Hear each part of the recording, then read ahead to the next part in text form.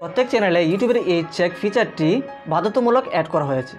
Video upload করার সময় আপনি যদি সেই চেক ফিচারটিকে ইগনোর করে ভিডিও পাবলিশ করে যান, তাহলে আপনি চরম ভীষণ একটি ভুল করে যাচ্ছেন, আর সেই ভুলের জন্য আপনাকে সারা জীবন পস্তাতে হবে। এমনকি আপনার এই চ্যানেলটি হারাতেও হতে পারে।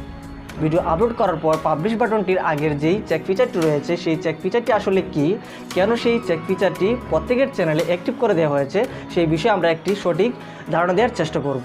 এই বিষয়টি যদি আপনি সঠিকভাবে না জানেন, তাহলে বারংবার সেই ভুলগুলোই আপনি করে যাবেন, যার ফলে আপনার চ্যানেলের মধ্যে একটি ব্যাড ইফেক্ট তৈরি হবে। তাই আজকের এই ভিডিওতে আমরা এই বিষয়গুলিকে এই ডিটেইলে আলোচনার শুরুতেই সকলকে অনুরোধ করবো, আমাদের চ্যানেলটি এখন যদি সাবস্ক্রাইব করে না থাকেন, তাহলে নিচের এই লাল সাবস্ক্রাইব বাটনটি ক্লিক করে আমাদের চ্যানেলটিকে সাবস্ক্রাইব করে বেল আইকনটিকে অন করে দিন, যাতে আমাদের পরবর্তী ভিডিওগুলোর নোটিফিকেশন পৌঁছে যায় সবার আগে আপনার কাছে। আর যদি অলরেডি সাবস্ক্রাইব করে থাকেন, থ্যাংক ইউ সো মাচ। আমরা যখন মোবাইলের ক্রোম ব্রাউজার ডেস্কটপ সাইটটি অন করে আমাদের একটি ভিডিও পাবলিশ করতে যাই, তখন আমরা সেই চেক ফিচারটিকে দেখতে পাই। আমরা এখন জানবো সেই চেক ফিচারটি আসলে কি। চেক শব্দটি দ্বারা বোঝায় কোনো জিনিসকে যাচাই বাছাই করা কিংবা পরীক্ষা করা।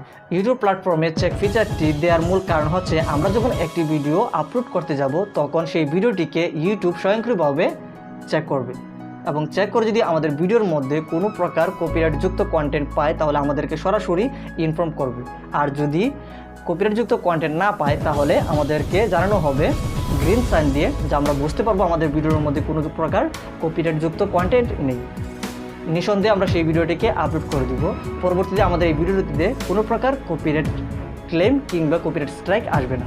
কিন্তু আর যদি আপনার ভিডিওর মধ্যে যদি কোনো প্রকার কপিরাইটযুক্ত কন্টেন্ট থাকে, তাহলে ইউটিউব সাথে সাথে সেই ভিডিওটিতে অ্যাকশন নেবে। অ্যাকশনটা কীরকম? উপরে যে স্ক্রিনে 3টা সেগমেন্ট দেখতে পাচ্ছেন, সেই 3টা সেগমেন্টের কাজ আলাদা আলাদা। আপনার ভিডিওর মধ্যে যেই কপিরাইটযুক্ত ক্লিপটা রয়েছে, সেই ক্লিপটাকে ট্রিম আউট করে ফেলতে হবে। আর যদি মিউজিক থাকে, তাহলে সেই মিউজিকটাকে রিপ্লেস করতে হবে, কিংবা সেই ভিডিওর মিউজিকটাকে মিউট করে ভিডিওটি আপলোড করতে হবে।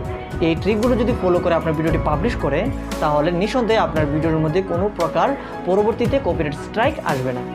আর যদি আপনার সেই ভিডিওটি চেক ফিচারটি অ্যাপ্লাই না করে আপনার ভিডিওটি পাবলিশ করেন, তাহলে পরবর্তীতে সেই ভিডিওর মালিক আপনার ভিডিওটিতে কপিরাইট স্ট্রাইক দিতে পারে। এইভাবে যদি পরবর্তীতে 2টি স্ট্রাইক 3 মাসের মধ্যে আসে, তাহলে আপনার চ্যানেলটি সাসপেন্ড হয়ে যাবে। আর তাই ভিডিও আপলোড করার সময় এই চেক ফিচারটিকে লক্ষ্য রাখা অত্যন্ত ভীষণ রকমের প্রয়োজন। এই ছিল মূলত চেক সম্পর্কিত আমাদের আজকের এই ভিডিও। আশা করছি ভিডিওটি ভালো লেগেছে। যদি ভালো লেগেই থাকে, তাহলে একটি লাইক দিন। আর এরকম আরও ভ্যালুয়েবল ইনফরমেটিভ ভিডিও সবার আগে পাওয়ার জন্য আমাদের চ্যানেলটিকে সাবস্ক্রাইব করে আমাদের সাথে কানেক্টেড থাকতে পারেন।